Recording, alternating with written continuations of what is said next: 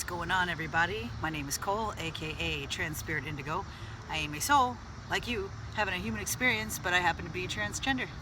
What is going on? I'm 36 years old.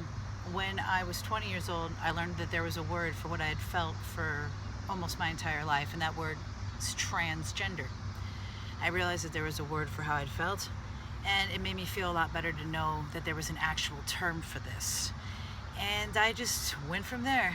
I explored life, and years later, I just want to say that I am happy to be transgender. For many years, I wasn't. And if you're feeling that right now, if you're at a point on your life's journey to where you're very unhappy being transgender, perhaps because of all of the gender dysphoria that can come with it, I want you to know that there are a lot of people out there that understand and can empathize with you. There's a lot of people you can talk with. You're more than welcome to leave comments below. I'm more than happy to share my experiences. Now, I'm considered a non-op individual. I haven't taken any testosterone. I was born biologically female, and I've always identified as being a male. So it's something that I'm very familiar with. However, everyone has their own journey. Some people choose to transition, and people that have done that could better answer specific questions. Anyway, I digress. I just felt the need to come on and make a video about this and just say, that years ago, about 16 years ago, I did not feel okay as far as being transgender. Like, I didn't want anything to do with it. I mean, it kind of hurts my heart to know that that's how I once felt. I will admit, I went through a lot of my own homophobia, transphobia. I had been told at a very young age that being gay was not right, it was not okay, it was a sin. Thankfully, this was not impounded into my brain by my actual family, but a lot by the churches that I had attended. And between the ages of 0 and 7, our subconscious mind is just soaking up information like a sponge. It's being programmed.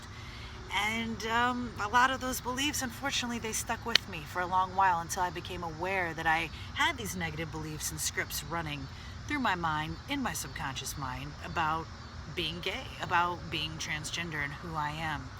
It took many years to realize this and to become more comfortable with my body, with who I am, to embrace who I am, and I'm still learning.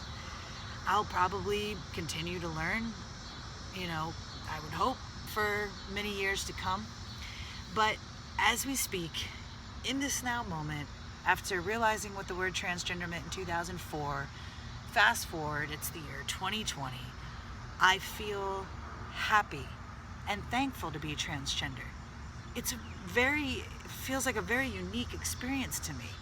I have a few transgender friends, and our experiences are, of course, different. Not every trans person is going to have the same experience. We're human. Every human has a different experience. It used to be really, really rough on me, and now I don't view it like that. I used to view it as a curse, and now I view it as a gift. It can be very difficult sometimes, especially dealing with gender dysphoria, as I still deal with it, and I'm highly considering having top surgery. I haven't made any efforts to make that happen yet, but it's something that I'm considering.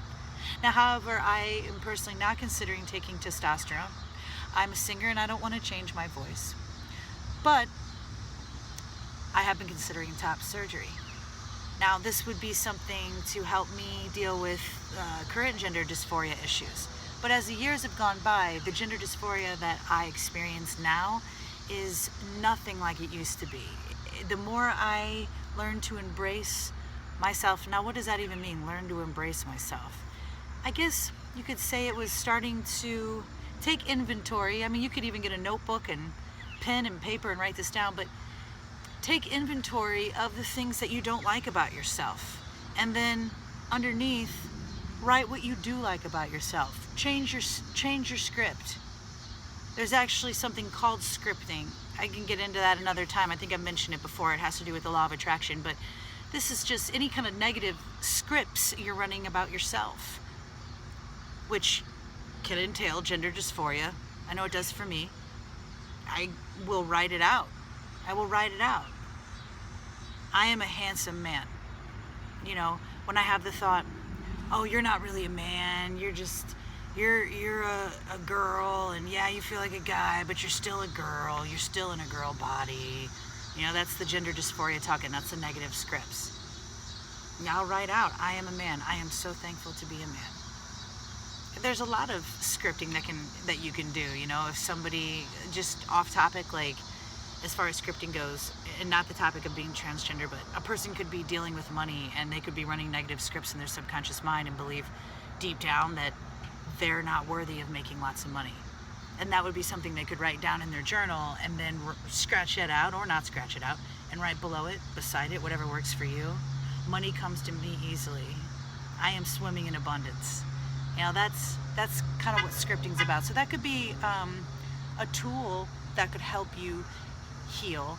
Because a lot of times, I've gone to some therapy sessions in my life, and a lot of times writing is used as therapy. Just brain dumping, just writing your feelings, whatever it is you want to do. But again, I had to just get this thought out real quick that I'm thankful to be transgender. I'm thankful to experience life from a more non-binary perspective. Yes, I've always felt like a male, but because I was raised as a female in this society for almost my entire childhood and my teenage life, it wasn't until I was 20 that I started living as a male, but still in a biological female body. So a large majority of my life. It wasn't until probably about 27 when I quit destructively drinking. I began to learn to love myself, and through learning to love myself and facing my issues instead of trying to drink them away, I began to embrace who I am, including my body more so, and to live life in my truths, to live life in a way to where I'm good to myself, eating right, exercising, just being good to yourself, doing what you love to do, and no excuses on that. I hope that helped. Much love, everyone. We will see you next time.